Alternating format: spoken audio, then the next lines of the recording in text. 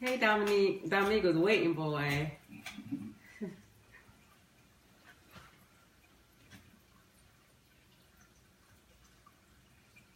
Hey, Yvette. Good evening. Y'all please forgive us for the slight tardiness here. Hello, everybody. Come on in. Come on in. Y'all make sure y'all continue to let me know if y'all can see us okay. Everybody doing good? We're going to move this over a little bit. Kind of share this a little bit more to her side. Lori. What's up, Lori? Hey, everyone. Oh, I'm sorry. Maybe if we bring it a little closer. That's your Nathan daughter over there. Selena. Hi, Selena. Yeah.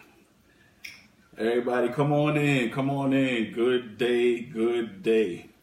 Y'all hear us okay? Thank you, Shanine. I need to get that down. That's good. Oh. I can't. Yeah, I want to see. Yeah. All right. We're just going to try to get up to a couple of more viewers, and then we'll go ahead and we'll start the show. Thanks for bearing with us, guys. I know we was about 10 minutes late, but 5. Oh, 5 minutes late? Okay, good. Lori said, "That's so true." Yeah. Hey, everybody. Hello, Selena. Hello. Where mommy at? She normally be she like coming Dominique. In. Trust me, she coming in. Somebody tag her or call her and text her. Yeah, y'all tag people in the meantime before we open up. Tag people, comment people names inside the comments, so they know that we on and it's going down.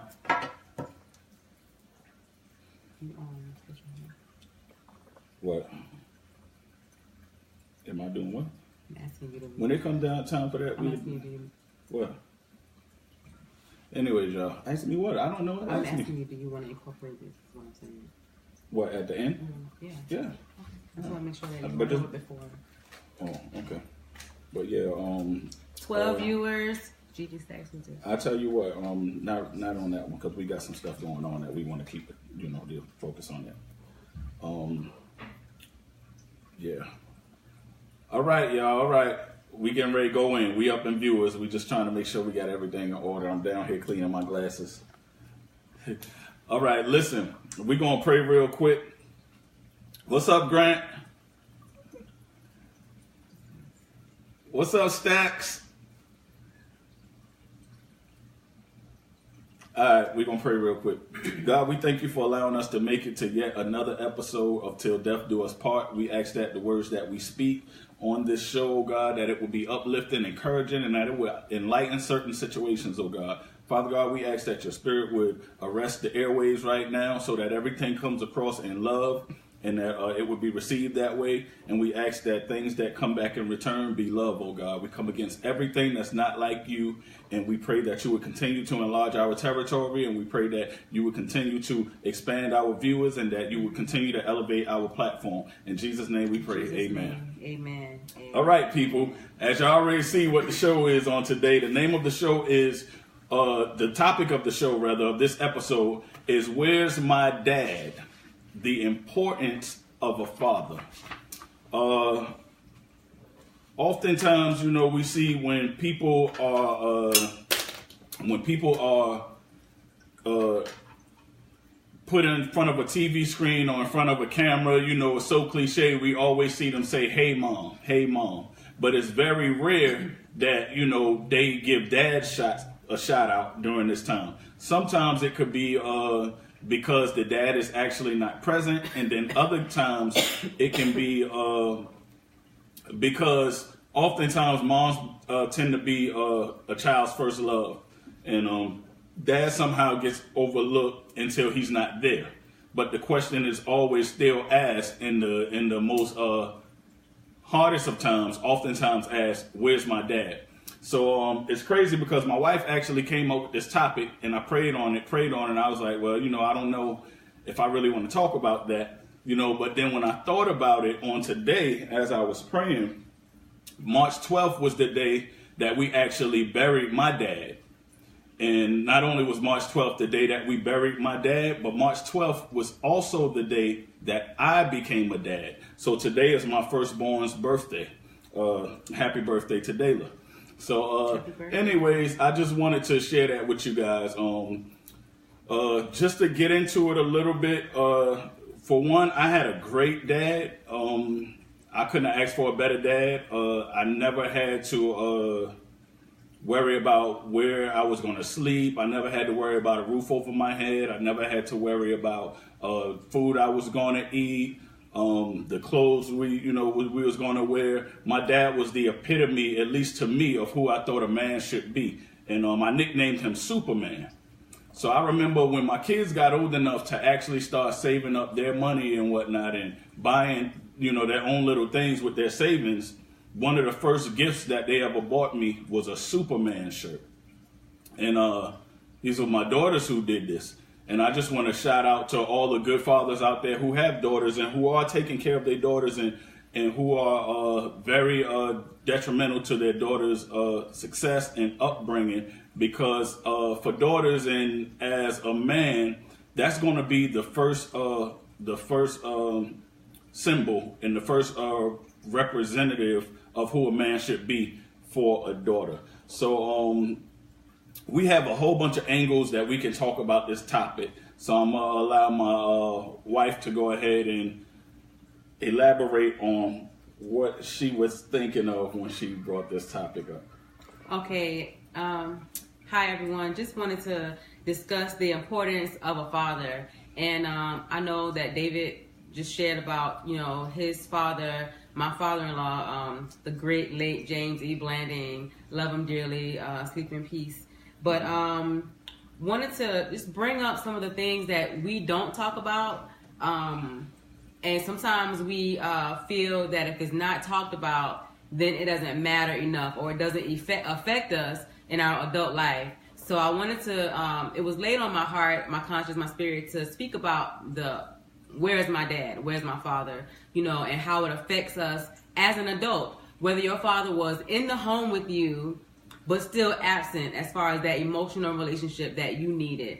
Sometimes our dads can be providers financially, but there's still that space and that void that is not filled as an emotional carrier for us, showing us that we are loved in spite of. And then you have fathers in the home that display just the disciplinarian role, and so, there's always this threat that I'm afraid if I do this, dad is going to do this to me, And so as an adults, I believe we grow up and our characters develop based on what we experience as children.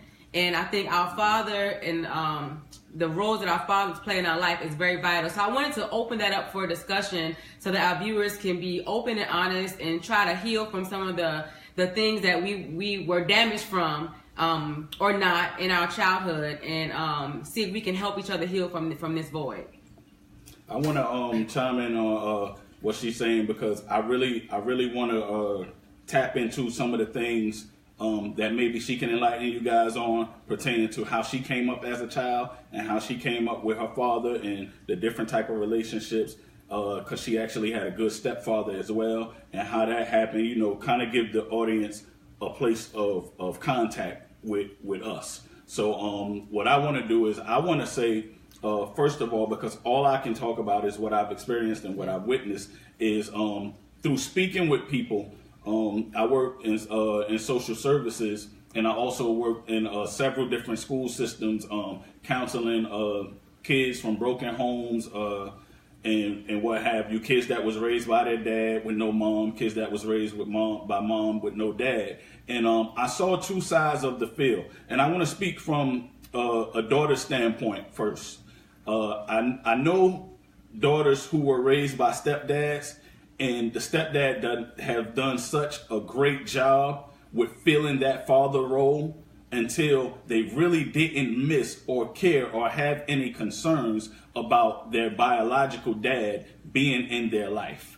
And then I also have had it from a standpoint where I talked to some people and they had a stepdad in their lives, and that stepdad still filled the role, but yet they still said and expressed to me, but there's nothing like having your own biological dad be that one. So if there's anybody out there who, has it from that same standpoint, hey Sabrina, who has it from that same standpoint or whatever, maybe you can chime in and let me know. Because, like I said, I have witnessed a man step in and be a stepdad and really just erase the desire for having your real dad there for a person, at least according to conversation I had with these people. And then I have also seen where a stepdad came in and fulfilled every role, and they love him to death, even more than their biological dad. Yeah. But they still longed and yearned for that biological dad. So to anybody who has been raised by a stepdad and he really did his thing and he really stood up and stepped up to the plate and did what he had to do,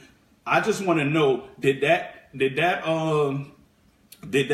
replace the longing for your dad, or did you still in the back of your mind say, but why couldn't my dad be XYZ? Where's my dad? You can take that first, and then maybe. Yeah.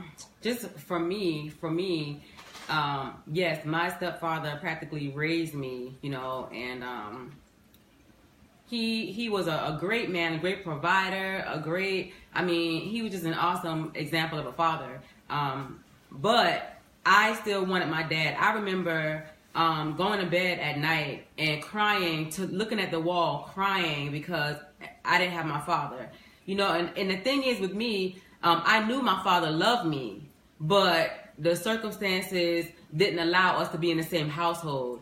And so I would go to bed at night looking at the wall, crying, saying, oh man, I want my daddy, and I remember it to this day as if it was yesterday. And so even though my stepfather did the best he could, and there was nothing wrong with the way that he brought us up, nothing wrong with the way that he played that father figure, excellent provider, always made sure my sister and I, we were straight, was that example and that standard of a man that we should look forward to being with. But I still needed my father in my life, and so that still was an issue for me. Anybody else want to chime in?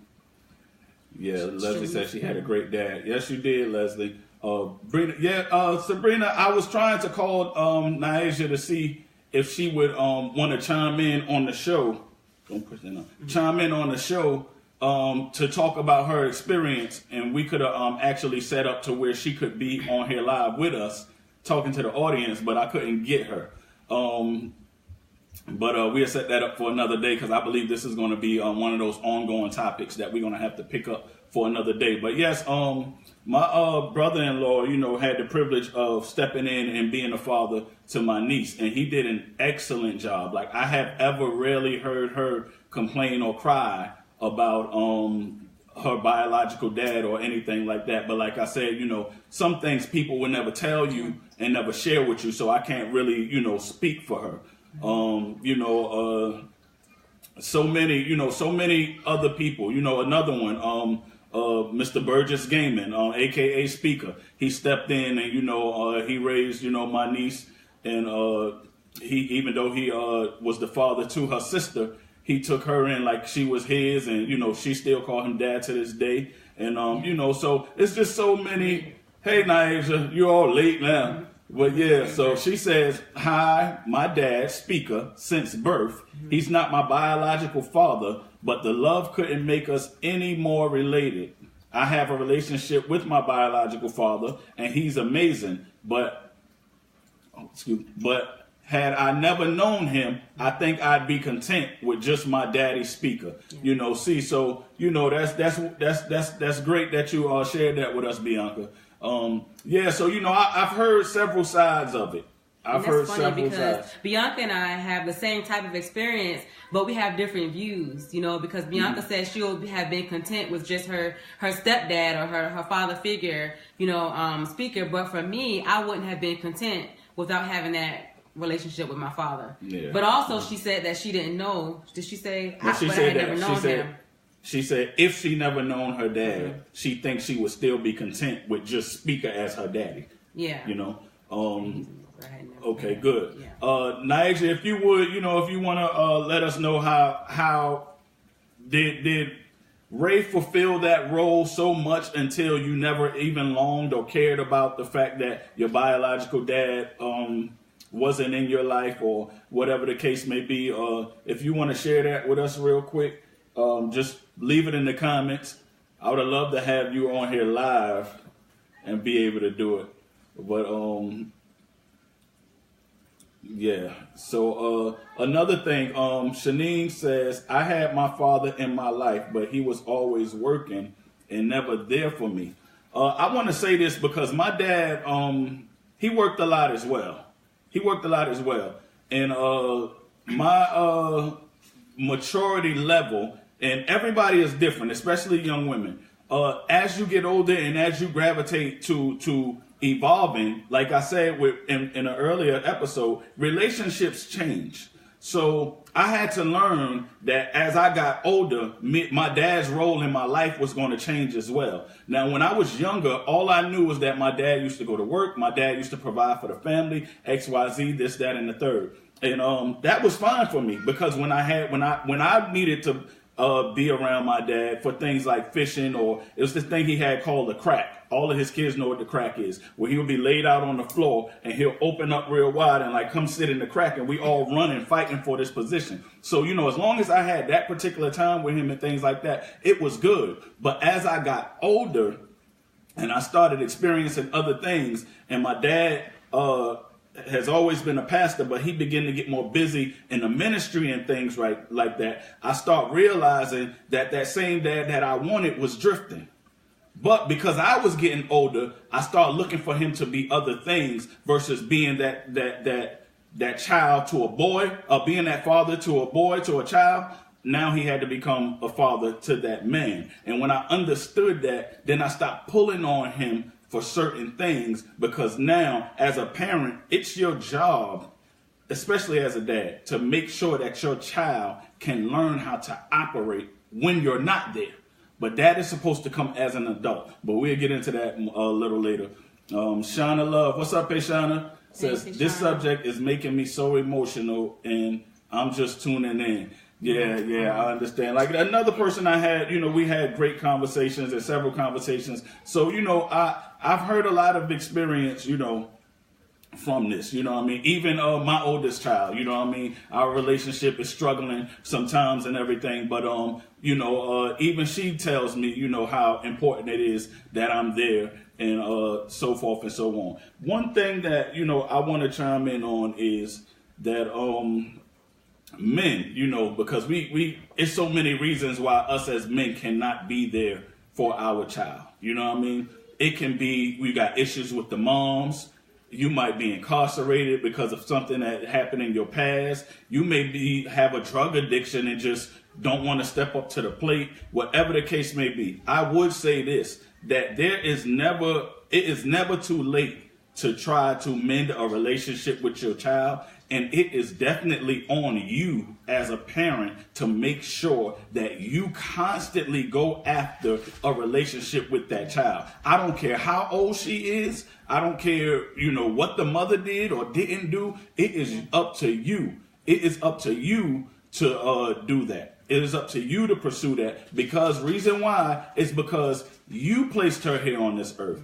They didn't ask to be here. You brought them here. And because of that, it's always your job to be a parent. They became your child because of you. So I just wanted to share that. So with that being said, can you go handle that for us, please? Thank you. So with that being said, men, be careful who you have kids with. Because you carry, once a male is born and once they start to produce sperm, they begin to carry that child. You're carrying the child up until the time that you impregnate your woman. So women talk about they 9 months and all of this stuff like that, but technically we carrying this child longer for years. And then we, impregnate y'all with this child. So I said all that to say this. You have to be careful who you have kids with, because if you're not able to be a father to your child, at the end of the day, it's still your fault. Regardless of what the mother did or what she didn't do, it's still your fault because it's on you. You chose to drop your seed in that garden. So I said that to say this, because I'm trying to eliminate all excuses.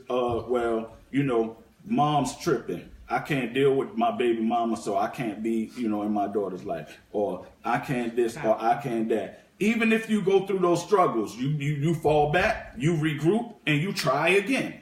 You fall back, you regroup, and you try again. Because eventually, your daughter or your son is going to grow up and become an adult. And they're going to see the struggle and the fight that you put up to try to be in their lives. Yeah. And then that mom is going to have some explaining to do. Yeah. So, I just wanted to share that. Go ahead. I want to say, you know, kudos to all of the fathers or the men that play the roles of a father for children that are not theirs. You know, stepping up, that can be something that can be challenging, you know, stepping up and playing the role as a father. And also sometimes being afraid that the child won't accept you as their father, you know. And I like what Naisha said, that she said, as a child, I must say that I have never felt abandoned. As a young girl, my stepdad became my real dad. So I never felt like a girl without a father. My stepfather was everything to me and more. Great. You know, and so that's the perfect example, you know, that her stepfather showed her that she wasn't lacking anything, you know, despite the fact that her father wasn't in her life, you know. So he came in and filled that role and made her feel like he was her biological father, you know. So that's awesome to be able to do that, to have selfless love for, you know, the women you're with and their children. Right. And I'm looking here and I'm seeing where my niece, she says, I even remember as a very little girl, I asked my grandma if I can call my stepfather daddy, because that's how much of an amazing parent he was. My mom, He is. Asking my mom. I thought that G was for grandma. My bad. So anyways, yeah, so, you know, that's wonderful, you know, when you have a guy that steps in. I would give this advice to women, you know. I want to throw this out here, because I also seen where men step into the family and they don't take on the kids as it's their own. And they act like it's a separate entity outside from the person that they're married to or not married to. Yeah. Like, I would definitely say, you know, in my honest opinion, if your significant other who you get ready to match up with and you have kids is not accepting your child as if it's theirs too, and not willing to love that child at the place that you love that child, then that's bad parenting on your part. I believe that's bad parenting. That's just my opinion. If you still get together, you know, with these people. One thing I can say is that if my wife and I, God forbid, was to split for whatever reason, and I had to find another, I don't think I would remarry, but if I did, like, she would have to accept my kids. Like, period. And if she don't have no kids and thinks she want to have another child with me, before that happens, I'm gonna have to know that she's content with just having my kids be her kids, and so forth and so on. Because whether people don't want to say this, people don't like to say this all the time, but if you come into a marriage and the person has kids, male or female, you marry them kids too. Yeah. Like, you marry everything, because it says the two should come together and become one, right? So if I meet somebody and they have kids, that means everything that's attached to her, I'm supposed to become one with. And another thing people don't like to say is, I didn't marry your mama-in-law. I didn't marry your mama, or this, that, and the third. When you become one with somebody, you marry into a family. So you are supposed to try to be concerned and at the very least, at least respect their family. You know what I mean? Mm-hmm. So, you know, and that's a topic for a whole nother show too, but let me see what Miss Williams talking about. Okay. I'll go back to that. Let me gonna go top from the bottom. Y'all chiming in today, boy. We can't even. Leslie says, I was raised by my father. He has been an amazing parent. Great. Yeah, he has, you know, he has. Shout out to Mr. Joe Dingle. Yeah. Where else? It seems like I'm missing something. I saw another good one. Okay, Leslie says, God makes no mistakes. Some children are better off without their biological parent. That's so true, Leslie. That is so true. And like I said, I have heard from both sides, you know, of the fence. You know, I have heard from both sides from the fence. And like I said, I look at, you know, some dads, you know, and I'll be like, you know, yeah, you know, it's a blessing that man wasn't in your life, because you would have been bad, bad off. Let me see. I want to see. All right. I never. She said, I never had questioned or felt a way growing up. However, now that I'm an adult with my own kids, I now start to wonder. Why? Wonder why. Oh, why she haven't felt that way. Okay, yeah. Okay, let me see. Shanae, tell him, David, I was raised by my father. He's an amazing parent. Yeah. Okay, Miss Ellen Williams says, my son has a daughter that he has tried to keep a relationship with. However, as she grew up, she doesn't want a relationship with her father. Her mother called years ago and said she would not know our side of the family because she wasn't going to allow it. Wow. Well, like I said, and speaking from experience, these things happen. Yeah. You know what I mean? And like I said, it is still, I believe, on the dad. That's your child. You went ahead and you planted your seed inside, somebody who is like this or whatever the case may be. You still have to keep pursuing. You have to pursue that relationship until you are gone or until the child is no longer here. That's just in my honest opinion. You have to pursue it because, like I said, you placed that child here. You put that child here. You know what I mean? Then I gotta reiterate this again. Be careful, young men, who you having these kids with. You have to know that she is going to mature into a woman and look out for the well-being of the child. And that if your relationship with her ends, that she still knows the importance of you being in that child's life. You have to make sure, young men, that whatever girl you decide to have sex with, that you also believe that she would be a great parent to your child, not even in the aspect of just being a mom's, but also understanding the importance of the role that you play. Yeah. And not allowing you or forcing you to have to be in her life in order to be in the child's life. Let me read. Brina says, also, it's a big part on the mother to let the stepdad be dad, not just provider. That's right. Yeah. That's what I was getting into. You got to know who you with. You have to know you're with a woman that's going to say, I understand you have to be dad. You know what I mean? But now you have to be dad for real. You can't be dad and then want to be homeboy too. We got a lot of men out here. And this is something my pastor always tell me. If your kid can't go with you when you go do it, then you shouldn't be going to do it. You can't be everybody homeboy and friends in the streets and your kids seeing you doing all type of stuff. You know what I mean? And then you want to be dad when the crowd goes away. It don't work like that. You have to be dad and a stand-up man all the way across the board. Because I'm telling you, it is so easy, and kids see everything. It is so easy to lose your kids' respect. All they have to do is see you do something out of line once. Yeah. And now, it's a lost cause. Yeah. Same situation. There's something. Yeah. Which one? Where we at? Right there. Okay. Bianca says, you would think accepting the children would be a no-brainer, right? Not. Exactly. I mean, like I said, I want to say this, to the women out there. I pray, because even with some of the places that I've worked in, it's sad. I pray that you be responsible enough to make if you come in to find a new mate, once you get a relationship with him, the next thing should be before you cohabitate is trying to make sure that the relationship with your kids in that person is cool. And it's only mature enough to say, I brought my child into a world that they didn't ask to be in.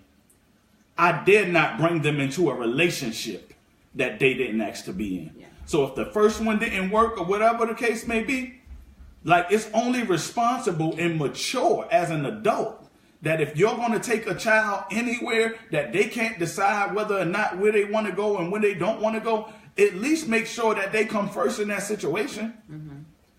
You know, I can't stress that enough. I won't take my daughter someplace that I know she won't be sustained and put first. I won't bring my child somewhere where I know they're not wanted, or where I know they won't be accepted, or where I know that they won't be priority. And that's how I got to be with relationships. If that man or woman, fellas, can't make your child priority like you do, then she ain't the one. Yeah. Also, a lot of times, most time than not,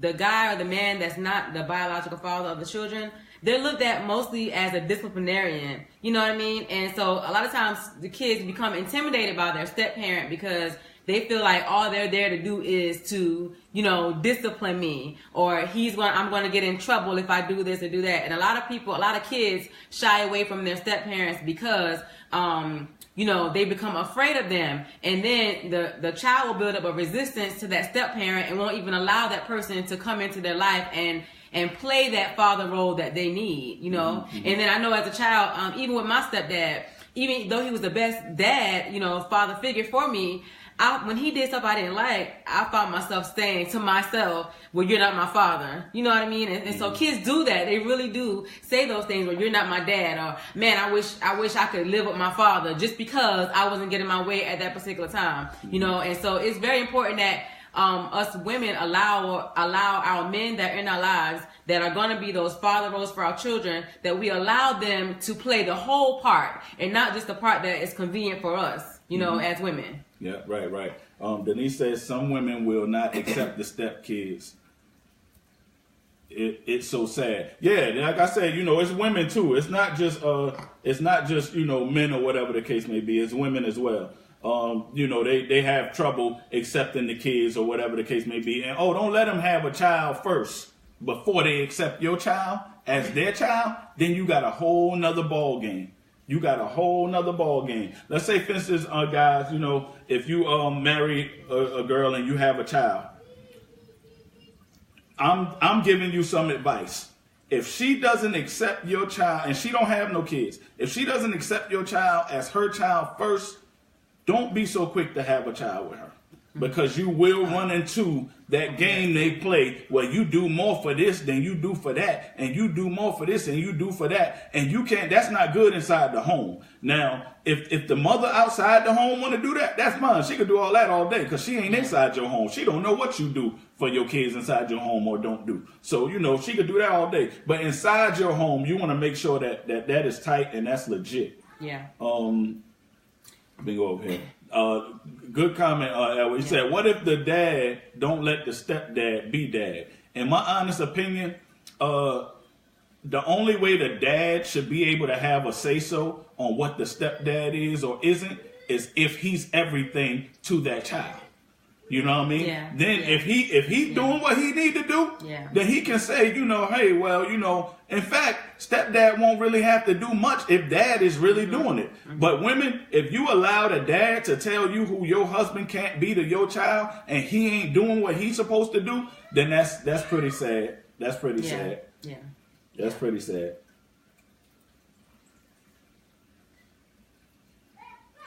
Right. Brent said then he could be a great mentor. But yeah, that's sad. That's sad. So, men out there, because I seen this too. I don't want him around my son. I don't want him around. Well, get your son then. Yeah.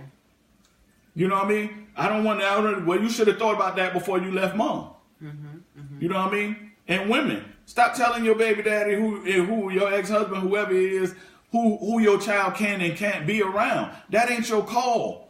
Because you wouldn't want him to tell you who your child can and can't be around. You know what I mean? Oh, well, don't take them over there. I don't know them like that. I don't know who you have them around. I don't know them like you have to understand you had a baby with this person. And for you to sit there and think that the person you had a baby with would actually go out there and put your child in harm's way, then what does that say about you because you laid down and had sex with them? So that means you just go laying down with anybody who would do anything and allow anything to go on? Come on, let's be adults about situations. Yeah. Shanice says, my husband is a great dad to our kids. He said that he would be there even if we don't work. So that's very big, because a lot of times when us as parents, if we were to split or things don't work out for us, then we say, end all be all for everything, with the relationship, including the children. And so we move on with our lives and act like our children are not affected by, the separation. So it's great when you're able to still be 100% in your child's life, even if you're not with the other parent, Right. How do you see I got that down here to talk about? Oh, I didn't know. Sorry. She's stealing my points, y'all. Anyways, I want to say this. Well, first of all, this is a chime into what I want to say. All right, my brother Daniel said, what if the stepdad showed the kids that he don't care for them? Then what should the mother do if she's with that man?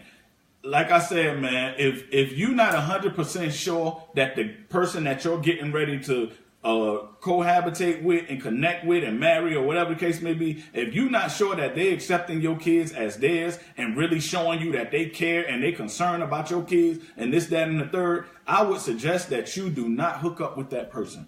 And if they fronted like they was going to be there and do all that and this, that, and the third, and then all of a sudden stop, that's a bad place to be in. That I can't really, in my opinion, I would leave. But like I said, I have never been in that situation, so I can't really say what I would and wouldn't do, but that's what I would do. I just couldn't do it. Like, if you're not accepting my kids, I would disown family members, that I grew up with all my life if they don't accept my kids. So how much more, somebody who I just met and decide to marry or whatever the case may be? No, you're going to have to accept what's connected to me. Like, just real quick, you can get away faster with insulting me and doing me dirty and doing me wrong, and I'll probably forgive you and give you a chance to do it again before I allow you to do it to one of my kids or before I allow you to do it to my wife. You know what I mean? So, that's just the type of love you got to have, when you're talking about kids. It's so funny, though, because I've even seen, and it's crazy because when women fall in love, right? When they fall in love, sometimes it takes over their whole being, and it would almost seem like they would sacrifice their children just to make that man happy.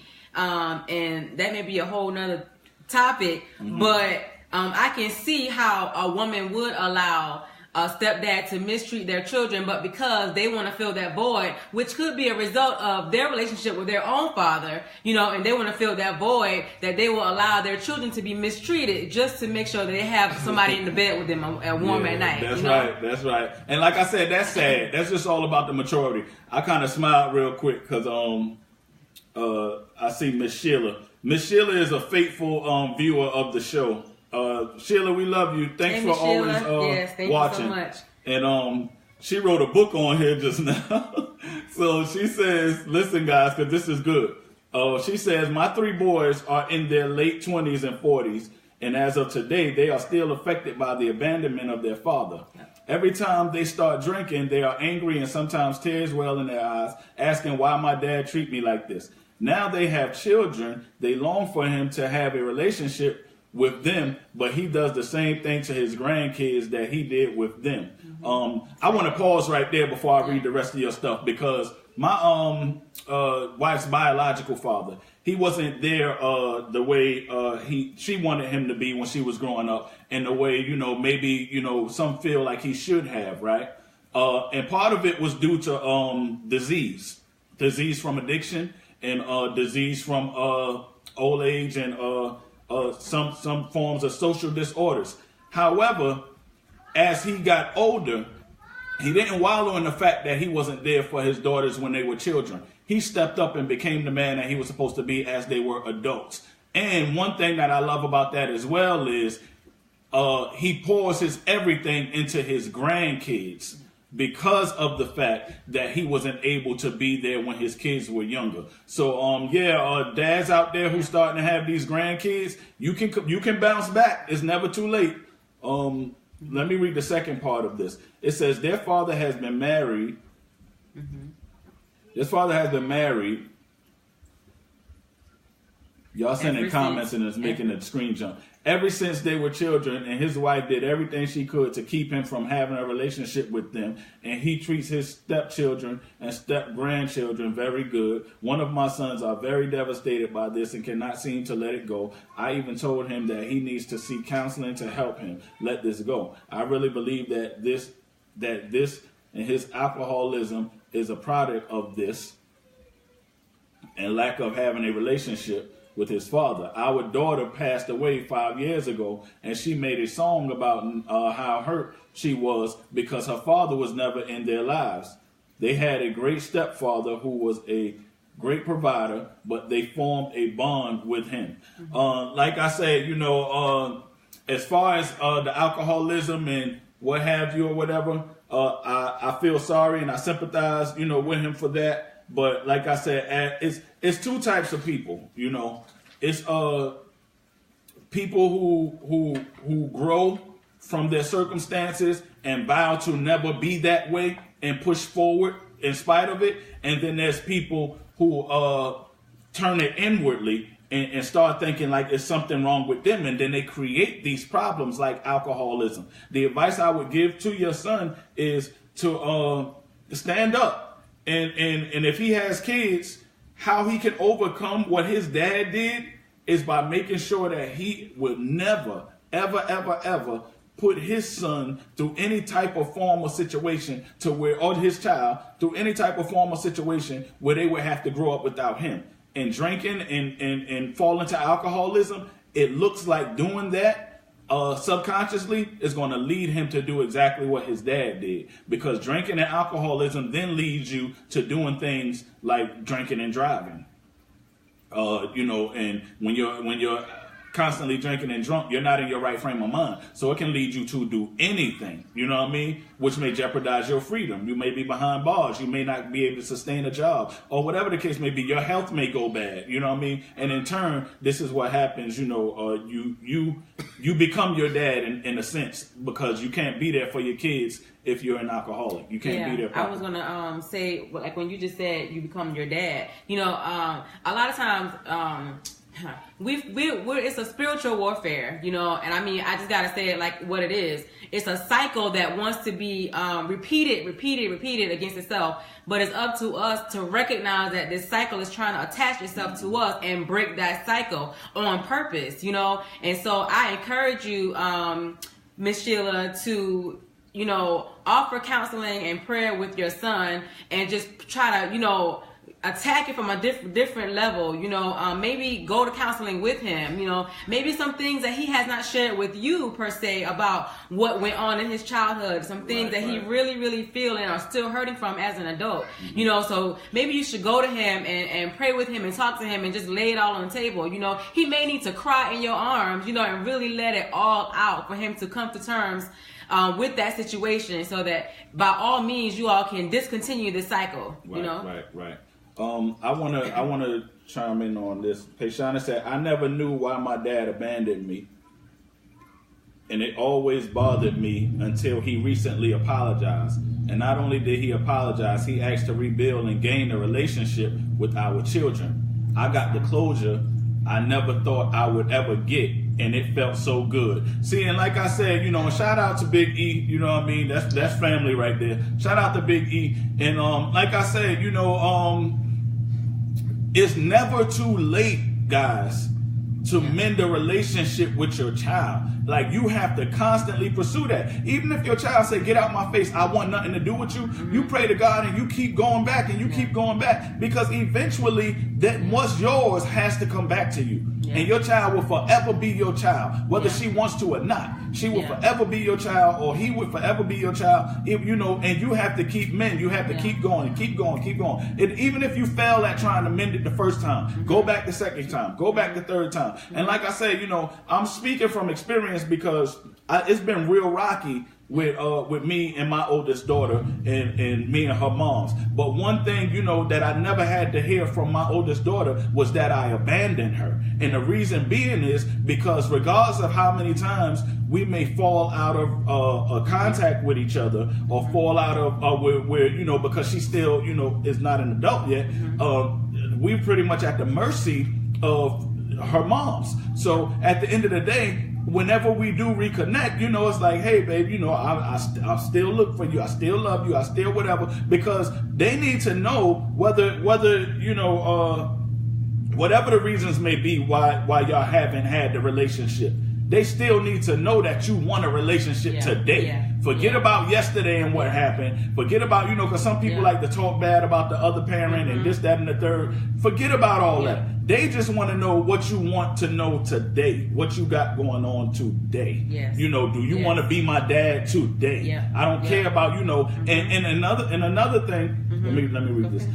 Another thing is, men and women, we need to understand that once we decide to mend this relationship, for one, it's your child. So I don't care how much she want to live in the past that you wasn't there. You close your mouth and you sit there and you listen to what she have to say, because you're her dad. If you didn't put her on this earth, she won't have a mouth to tell you what she want to tell you, and she wouldn't have the feelings and the emotions that she have. So as her quote unquote creator, then you have to make sure that you're there to listen what your creation has to say to you. You know what I mean? You can't shut her down and say, okay, that's in the past. How long you going to keep doing that? How long you going to keep dwelling on that? As long as she want to, because you put her here. And as you being the parent, you have to find a way. You're never going to not have to be a parent to your child. As long as you're here and as long as they here, you're going to always have to be a parent. You know what I mean? So while they sitting there, even if you feel like you didn't do nothing wrong and you feel like the mother lying on you or whatever, you sit there and you take it. You sit there and you take it until she pour it all out. And as a man and as a father, it's your job to mend her heart. It's your job to mend her heart. Because if not, she's going to start looking for other men, and nowadays other women, to mend her heart and fix something that only you can fix as a dad. Let me read some more of these comments, because I got something else. Okay, she says, men need to check other men. Tell them when they're falling short of being a father to their kids.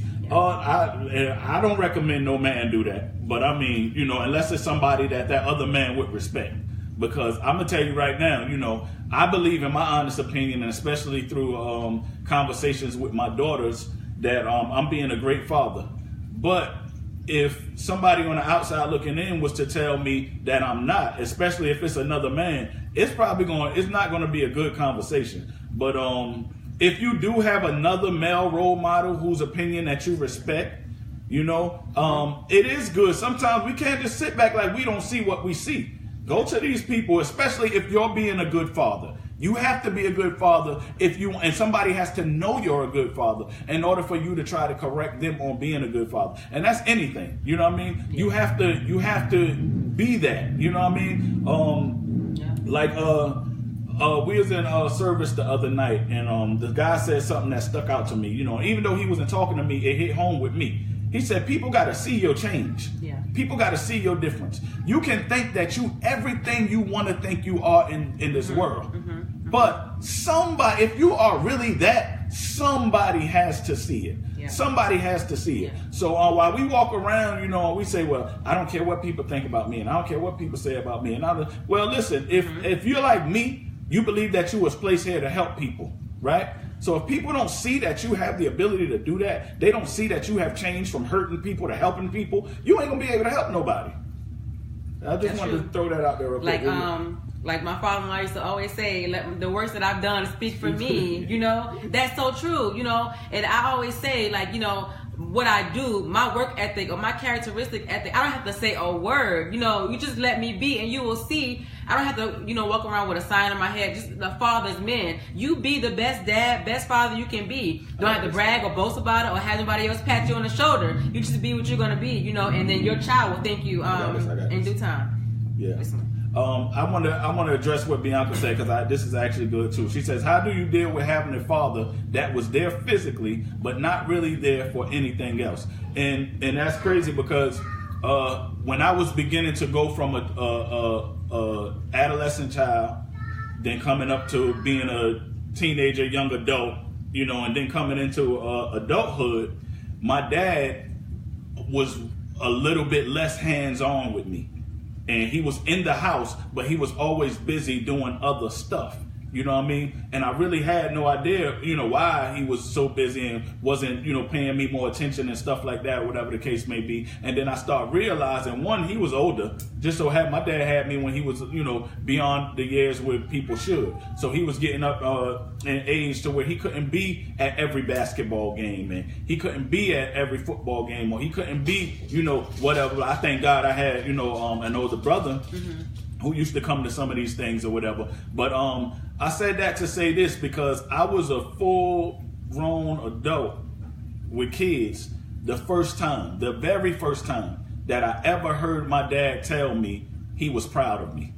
And it like tore me up because all my life I was longing to hear him say that. Now he showed it to me, but he never said the exact words, "I'm proud of you." And to answer your question on, a dad that's there but not there, I used to think that my dad was there and, wasn't there, but he really was. You know what I mean? He was there in presence because even though he didn't say much, I watched him. As a man, I watched what my dad did. You know what I mean? What he said was great. What he said was awesome. But what he did was what drove me. When I saw how he catered to my mother, when I saw how he denied himself of stuff that he wanted just to make my mother happy, when I saw that, he didn't mind giving my mother his money and she did whatever she wanted to do with his money and he did, and whatever was left, then he figured out a way to do things for himself. Like I watched this and I always strive to be that dude. I always strive to say, I want to do that. So a lot of having my dad in the house, we didn't have real conversations in my teenage coming to adult years. But once I became an adult and he sat me down and broke it down to me and said, it was during them years that I was trying to prepare you for when I'm not here. So it wasn't so much of what I said, but more so of what I did. It made a whole lot of sense to me. And even in his passing, even though I still want him here physically, when he passed away, that took on a whole nother relationship between me and him. Because now our relationship has went from physical to spiritual. Yeah. And that was the first time that I can honestly say, beyond a shadow of a doubt, that I had a loved one go on and I knew their spirit still lived like free. You know what I mean? So, relationships, with it, I would lead back to what Shanine was talking about earlier. Mm-hmm. You have to understand how, when you grow, your relationship with your parents has to grow. Yeah. And you need to learn how to stop pulling on them so much for certain things. So Bianca, if you want to specify, a little bit more about in the house, but not there for nothing else or whatever the case may be. Another thing I want to share real quick is, I have a cousin that played in the NFL. His rookie year, he went to the Super Bowl. And he ain't just go to the Super Bowl. He was a very significant part of the reason why they won the Super Bowl and the reason why they made it to the Super Bowl. So my dad and his dad was sitting around, and my dad shared this story all the time. They were sitting around and they was having a conversation during the Super Bowl or whatever. And he said, I wish that my dad's, he said to my dad, he said, I wish that every man could experience the joy that I feel to see their son play in the Super Bowl. And my dad turned around to him and he said, well, I wish that everybody could experience the joy that I feel to see their son preach the gospel. So when he said that, it was like, wow, all of those years, that he was there but wasn't there, quote unquote, it brought back to me the things that he did while he was there that made it very significant. It was very detrimental to the man who I am today. So, Amen. I wanted to comment or address Selena's comment. She said, my dad was never in my life, but when he got sick, he wanted me to forgive him for not being there. And so I just want to shed some light on your comment, Selena, that your father, when he got sick, it's like proof that he may have been holding all of that in all those years. Like he knew that maybe he should have come to you or asked for forgiveness at some point, but when he was, on his last, dying bed, or when he was, getting ready to leave this place, he felt like he had to free himself from the bondage and, the being held hostage of all the guilt and shame and everything else that came along with the way your relationship was. And so I'm happy that he did get a chance to ask you for your forgiveness, and I hope that you did forgive him for whatever the situation was, whatever type of relationship you had. But I'm sure that that's something that was bothering him throughout the years, for him to know how important it was to make sure that he got your forgiveness before he left here. Yes. Another thing I want to chime in on, I see Bianca said, but what if he was never really hands-on from your recollection? What if the father never did any of that? Granddaddy was one in a million, but not all fathers can relate. That's true. Bianca. Well, once again, if they in the house, if they in the house and they don't do nothing, like to fall back on the parent, the mother, why are they there? Like, I don't understand. I don't get it. Why are they there? You know what I mean? A lot of times, people often look at men and say, okay, men are supposed to be the breadwinners and men are supposed to be the provider and this, that, and the third and blah, blah, blah. But you have to provide your family with more than just money. Yeah. And that's no excuse, to men to not work or whatever the case may be. But you have to provide your family with more than just money. So let's say if, in my case, let's say if your wife makes more money than you. Let's say if you have to be the one to stay home and take care of the kids and pretty much play the mommy role, so you become mommy, daddy, or whatever the case may be. Let's say, for instance, like, who made up this whole role thing? Because the truth of the matter is, like I said before, the only role you have as a man is to lead. You know what I mean? And you're supposed to lead your family into being the best that they can be. You know what I mean? So whether it be one thing I love about what me and my wife have is, you got a lot of women that move men in with them. They move men into their house. They move men into their family. They move men into their world. And the men sometimes bring them down or alter and destruct things and never take them to a higher place. What I love about me and my wife is we started from nothing together.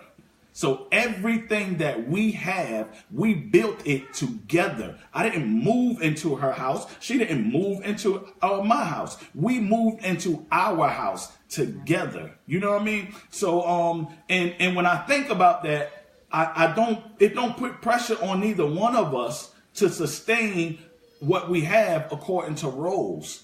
What it does is it brings us closer together to understand, okay, baby, at this particular time, I need you to be that while I'm going to go and be that.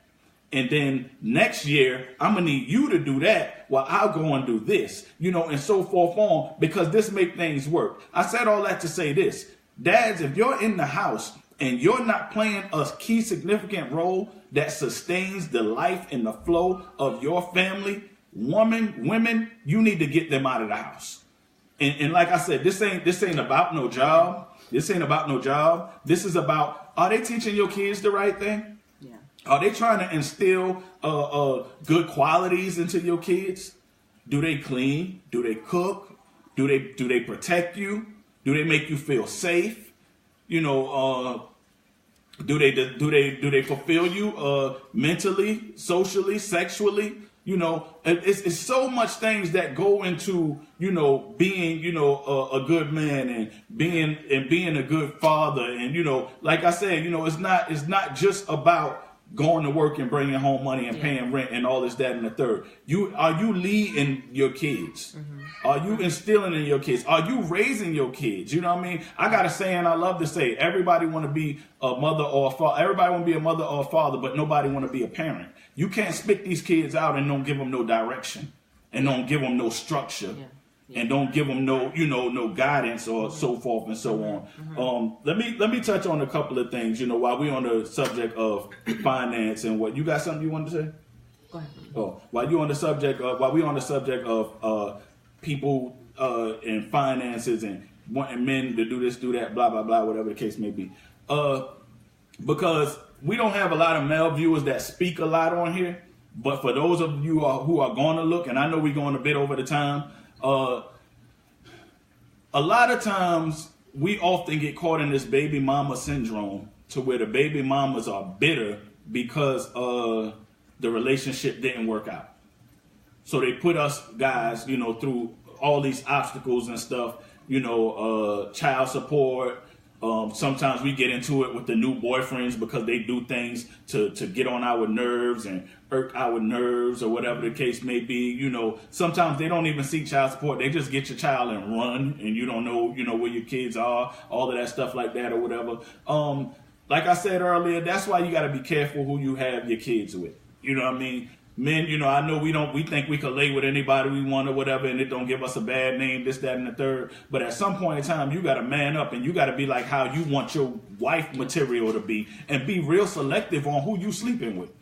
You got to be real selective because, like, all these one-night stands, and just because she got a fat behind and she was in the club and she was willing to give it to you the night after the club and all of that stuff like that, guess what? It's somebody else around that corner that's going to be coming out the club looking fly, and she going to be willing to blah, blah, blah, blah, blah. And if you and her don't work, guess what? Next batter up. Next batter up. You know what I mean? Women, your relationship with the father has nothing to do with your child's relationship with the father. I'm so tired of this. Like, this is so elementary. Why, oh why, do y'all make it hard on the dads just because you're bitter that it didn't work out? And no, don't let him get another woman and they succeed.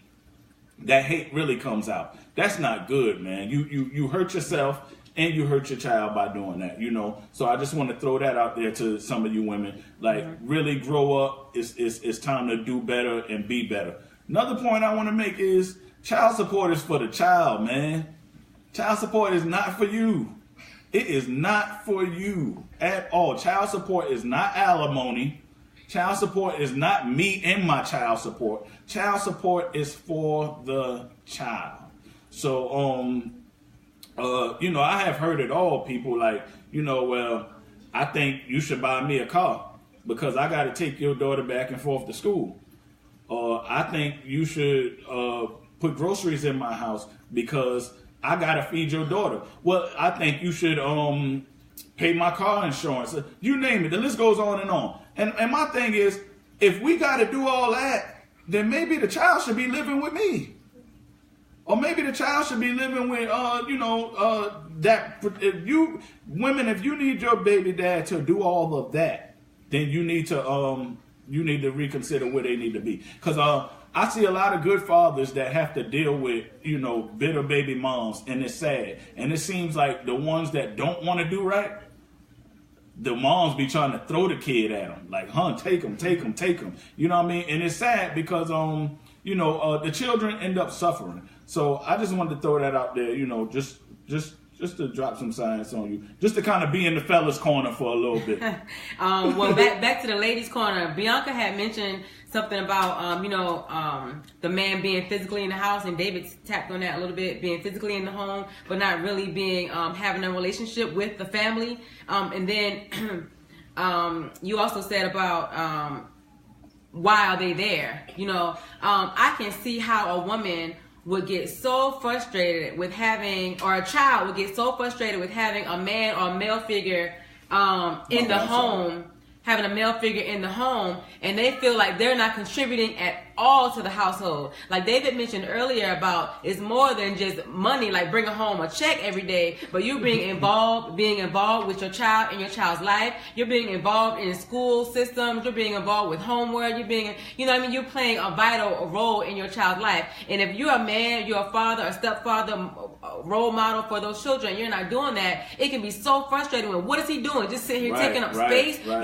If that's the case, you can just leave. Why are they there? Why are you there? And so I understand that, Bianca, and I can see that. Nobody wants to have dead weight around them. And even children know that. They notice that, and they can feel that. Well, Mom, why are you doing all this for him or us? Why are you including him in this when he's not doing anything to help you? And the children feel bad for their parents, but they don't have enough strength and enough words or the right words to get that parent, that mom, to leave or to convince them that this is not in your best interest. That's right.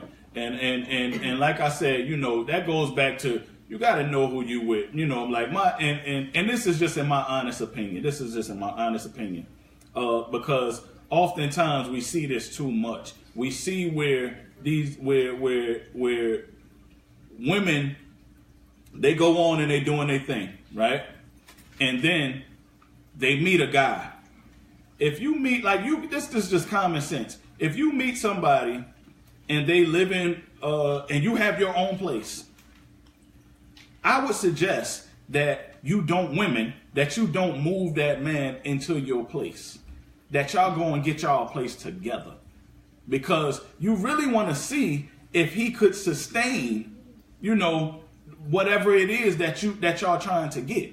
You know what I mean? And oftentimes, we see where these women, they have these boyfriends and they pretty much rotate boyfriends because they constantly moving boys into their house. And they expecting these boys to be a man. Well, where you picked them up from? Where he moved out of your house to? If he moved out of his mama house into your house, I think you should have waited until he got another house. Until he got out and done manly stuff. My opinion. If he didn't have his own and came and tried to live off of yours, that's like you kind of could see the direction that is going to be going in for a while. Not saying the situation can't change, but you can just kind of don't expect for it to change if that's what you went into. You understand what I'm saying? Like I said, I can't stress this enough. Fellas, find you a woman who you're gonna build with. You know what I mean? It's even better for you when you don't move into her place. Because you don't want as a man, you shouldn't want no woman to say, "This mine right here." Yeah. You understand what I'm saying? I don't care how many jobs I have or don't have. We built this together because we started from the bottom together. I remember telling my wife, because I wanted more for her. So when she used to go to Bilo and these convenience stores and all of this stuff like that, is even though it was hard for us to struggle off of just my paycheck alone, I remember telling her, "Don't worry about it, baby. I got this. You go ahead and you find out what it is you really want to do. Because if you want these little fly-by-night jobs, you're never going to know what it is that you really want to do." So at that particular time, that's the role that I had to play. It wasn't about me saying, "Oh, I got to be the man. I got to be the breadwinner," whatever the case may be. That was the role. Bianca Stewart talking about gold kids. That's just the role, that ain't funny, Bianca. That's just the role, that I had to play at that particular time. You know what I mean? So, when she found out what it is that she really wanted to do, then the table shifted. Now I'm like, "Okay, you're done with college. Let me go finish college." And she allowed me to go do that. And because of that, now it don't matter which one of us work or don't work. Either one of our jobs can sustain our whole household. You know what I mean? And that's how you build. That's how you build together. You know what I mean? So, like I said, y'all go back and listen to Can a Man Be the episode? Can a woman be the man of the house? Yeah. And then this stuff will start making sense. Yeah. Bianca, you so funny. Let me share this joke with y'all real quick. Me and my wife, my nieces and nephews, they come over here sometime or whatever, and we be talking about relationships and stuff like that. So we kind of give them examples of where we think we would have been at. I don't want to say it because I don't want to offend nobody. But anyway, no, I got to say it. So anyways, so I was telling my niece, I was like, "Yeah, man," I was like, "I'm so glad that I moved back to South Carolina from New York." I said, because me and Nico would have never got together. I was like, "So I'm so glad I did that," or whatever. As much as I hate South Carolina, I said, I came and I got my woman and I left. I said, because if I wouldn't have leave, she would have been in South Carolina and she would have ended up being a Gold Kiss chicken. In other words, saying, and I ain't knocking nobody who work at Gold Kiss, but I just wanted more for my wife. You know what I mean? And I told her, "No, that's not happening." You know what I mean? So it was jobs like that I told her, "No, you're not doing that. I don't care. I don't care if I got to give you my paycheck." Because this is what I saw my dad do. If I got to give you my paycheck, and then at the end when I say, "Hey, baby, give me blah, blah, blah, blah, blah." Well, it wasn't nothing left over out of your check. So what? I was cool with that. You know what I mean? I just wanted her to be good and do what it is that I know she can do. And now my wife right now, she could retire before she turned 40 if she wants. I'm proud to say that I had something to do with that. You know what I mean? And mind you now, my sister-in-law said, get a cheeseburger story. This is where we came from. So we grind. Because another thing men like to do is they try to compare situations with other situations. But you got to know the situation fully to be able to compare it. And like I said, our situation, we came from the bottom together and we grew. You know? So I want to say this. I remember, you know, when I was trying to struggle to keep afloat and make sure we was good, when me and my wife used to split. Y'all remember the extra value meals from McDonald's when the extra value meal first came out? $2 for $2.22. Yeah, and they had 2 cheeseburgers with the 2 French fries and then the 1 drink. No, 2 cheeseburgers, 1 fry, and the 1 drink. Well, we used to get that meal from McDonald's. I give her a cheeseburger, I take a cheeseburger. And you eat all the fries. No, and we split the fries, and then we shared a drink. You know what I mean? And she used to make me feel like that's the only thing she wanted to eat because she knew how much it was eating me up on the inside, that's the only thing I could afford. And when she did these type of gestures and things like that, it made me want nothing but the best for her. Nothing but the best for her. So, you know, here we are, you know, 14 years later, still going strong, still doing our thing. Man, it's 8:15. Let me find out. We're going to have to push the show back so we can go a little bit longer. So like I said, we getting ready to close. Nika, you want to say anything? No, I just want to encourage everyone to just be careful, you know, who you allow to father your children. If you don't have children yet, be careful that you protect your children's circle as well as yours, you know, and also revisit those moments. And it may be painful if you had your father that may have been absent in your life, a father that was present but not present in your life, in your family, or if your children have fathers that may fall into those categories. Don't be afraid to revisit those moments and to just be honest about how you feel about it, because you can heal your children and you can stop the cycle of repetitive and repeating hurt and you know, resentment and things like that. So let's just be honest and straightforward about how we feel about certain situations that we have experienced in our life. That's right. Yeah. Bianca says it's so hard to find a man in this generation to give you the check and say take what's left. Shout out to her honey. Yeah, shout out to your honey, because I ain't doing that no more now. I said that's what I used to do. I ain't doing that no more. She got her own money now. She got her own money now. You ain't getting my shit. But yeah, guys. Once again, to the fellas, y'all be encouraged. Y'all stay strong. You got your kids out there, and it was a question that I wanted to address too. Cause our next show, we probably gonna do a segment on on this thing me and my brother like to call Retta moments. Let me find my sister-in-law. Where she at? Soretta, I hope you still watching. I wanna address your question. Hey, Retta. She says we was talking about the expenses for the child and living expenses. My thing is this, right? This is what I want to say.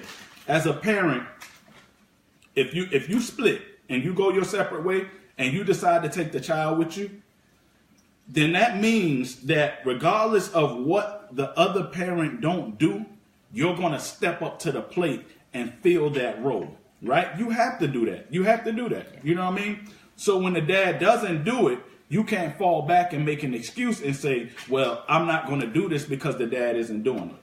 On the flip side, shame on the dad that's not. What I said all that to say this is this. If me and Nika split, right, she's going to have to find a place to live because she ain't getting my house. She's going to have to she got her own car. She's going to have to sustain her vehicle. She's going to have to sustain food in her belly and in her house and clothes on her back and all of that stuff like that. She's going to have to sustain all of that stuff, right? Now she has the children.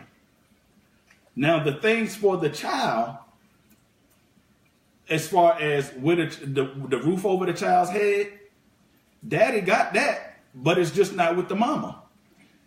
The clothes that the child wear, daddy got that. Some is with the mama, some is with daddy. The food that the child eat, daddy got that. It's just in his refrigerator.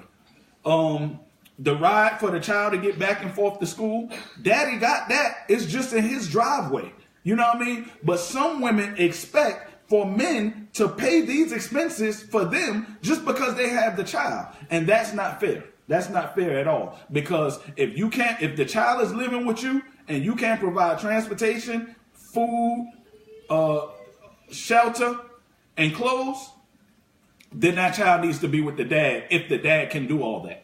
That child needs to be with the dad.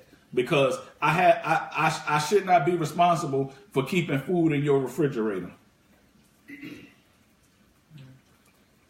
I know people want to talk about that because I know y'all don't agree.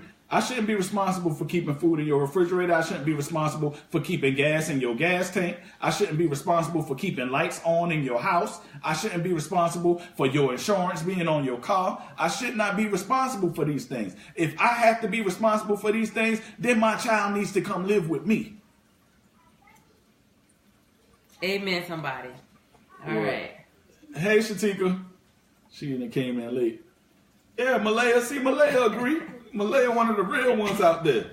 She agree. Like I said, I don't expect for women to agree with everything I say. I don't expect for men to agree with everything I say. But I'm just saying, you know what I mean? I know me. There's some men out there that if they had their child, they won't chase the mother down for no child support because they got this. I got this. You understand what I'm saying? And then there's other men who probably would chase the mama down for child support. I don't know. I don't get it. I never will. But thank God, you know, that my situation is well all the way across the board. So it is what it is. Amen. Anything else as we close? We got 20 viewers. Y'all sure we getting ready to close on that note? We went 20 minutes 15 minutes over. We started at 8:05. Yeah. 15 minutes over. Yeah. I want to give some few announcements real quick. We want to stick to these announcements. On April 14th, which is a Saturday, April 14th, I want all of my viewers to be there. Please tell people, tag people, share. April 14th at the Holy Temple of Jesus Christ, which is on 2-3rd Street, across from the historic Bay Shop in Somerton, South Carolina. For those of you who are not familiar with that, it is the Pink Store. And right connected to that Pink Store is the world's famous Trick Car Wash and Detail, a.k.a. Ricardo McFadden. So it's across the street from there. Go check him out sometime, y'all. He do a great job for a great price.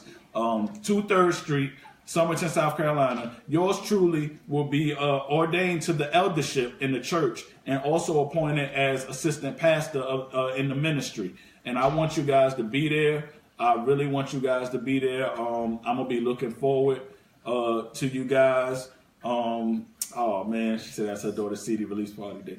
It's at 2 o'clock, Shatika. So I don't know what time her CD release party is, but it's at 2 o'clock. I definitely would have came, though, if I still would come, if the times don't conflict. So, Tay, you know I'm going to be looking for you to be in the building. Hey, I'm going to be contacting you real soon. Matter of fact, inbox me your number, Tay. Inbox me your number. I need that. Chad, Pastor Chadrick Joseph of Destined for Greatness Ministries, all the way from Florida. He's my brother. We was raised under the same ministry in Brooklyn, New York. He is coming down and he will be facilitating this service. I am so excited. At first, I was just like, whatever, it's just a regular day, whatever, blah, blah, blah. But when I talk to guys like him and my Bishop Frederick Lawrence, they get me excited about the service, and they really make me feel comfortable about what's getting ready to take place. So shout out to my Vision family, Florida, Brooklyn, and worldwide. We getting ready to go places. Shout out to my pastor, Pastor Johnson, because like I said, yes. I just be like, it just be like a regular day to me, but they don't let me forget that it's actually an awesome thing that's about to take place. So I thank God for y'all. Thank you, Chad. Love you. Thank you for your support. What else we got going on?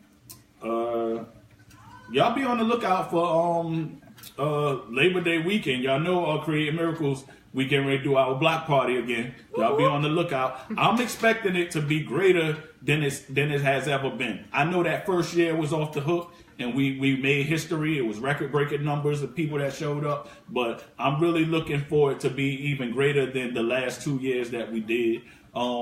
tell you something real quick. Since we talking about dads and whatnot, my dad came to me in a dream, and he told me, however many people that I think is going to be out there this year, that it's going to be more than that. And he kept stressing to make sure I have enough food. He said, make sure you have enough food. So, guys, we looking for it to be great. So y'all be on the lookout for that. That's the Labor Day weekend. That Saturday, September 1st. That will be September the 1st. September 1st. Y'all be looking for that. What else we got going on? This Sunday afternoon, at 4:00, we have our praise and worship service going on at the Holy Temple of Jesus Christ. 2 3rd Street, once again across from the historic Bayshop Church. We have several speakers on that day. I think it's about 4. You know how many? I don't know. Anyways, my wife is one of them. So y'all come on. If y'all like hearing her run her mouth on this show, then y'all can come hear her really do her thing, on that Sunday. So this Sunday coming up at 4:00, my wife will be one of the speakers in the building. She's awesome. She knows what she's talking about sometimes. So we looking for God to use her. We got our Founders Day coming up. The founders of the Holy Temple of Jesus Christ. My dad and my mother, Catherine and Elder James E. Blandon. We're going to be celebrating them the first week in April. April the 7th. The banquet is April the 7th at 6 p.m. It's going to be at the Tall Call Community Outreach Center, and the tickets are $25. And so the tickets are $25. It's going to be a full course meal, live entertainment, formal attire, formal wear. So bring out your Sunday's best, your evening, your evening wear. Dress to impress. On that Saturday evening, it's going to be April the 7th at 6 p.m. Tall Call Outreach Ministry, hosted by the Holy Temple of Jesus Christ, in honor of our Shepherd Mother, Catherine Blanding, and in memory of the late James E. Blanding Sr. So hopefully all of you guys can come out and support, the movement, and support our founders, because they have laid the groundwork for us to be able to do what we're doing right now. Right, exactly.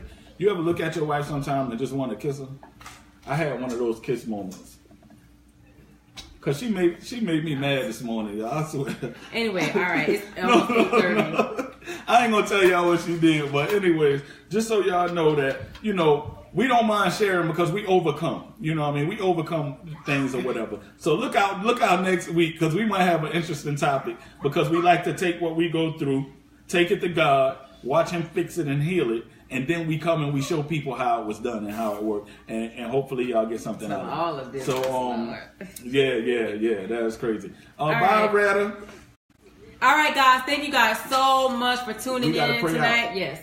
Thank you guys so much for tuning in. We hope that you stay tuned to all of our announcements. If you can write them down. Make sure you share, tag people in these videos. Make sure you share, like, and continue to share throughout this whole week. Yep. And the other videos as well. Yeah, and you can get the tickets. Contact my sister Carol Blandon, or inbox me, and I can get you her phone number if y'all don't know who she is, but I'm sure y'all do. Contact her, and you can get tickets from her. Shatika, set it up. I'm gonna tell you, I feel something in the spirit that we need to be doing anyway. I feel a connection going on. So set it up. Let's make it happen. All right, guys, we're gonna pray and we gotta go. God, we thank you for allowing us to be here once again. We thank you for our viewers. We thank you for yet another successful show. God, we ask that you would continue to mend relationships between fathers and their children, oh God. We ask that you would continue to sustain children who may never get that relationship with their biological dad. And we ask that you would keep the fathers who may never get that chance to have a relationship with their children. God, we ask that you would be that father and that you would fill that void, oh God, because we know only you can. And now we ask that you would keep us together, oh God, until the next show, that you would keep everybody safe and sound. God, we ask that you would continue to expand our territory and increase our viewers. And God, we even ask and we pray that you would build us a higher platform, oh God, that we can reach more people, oh God. And Father God, we believe you for it right now. In Jesus' name we pray and we ask. Amen. Amen. All right, guys. Thank you guys again. See y'all on next Monday at 7 o'clock. Next Monday, 7 o'clock.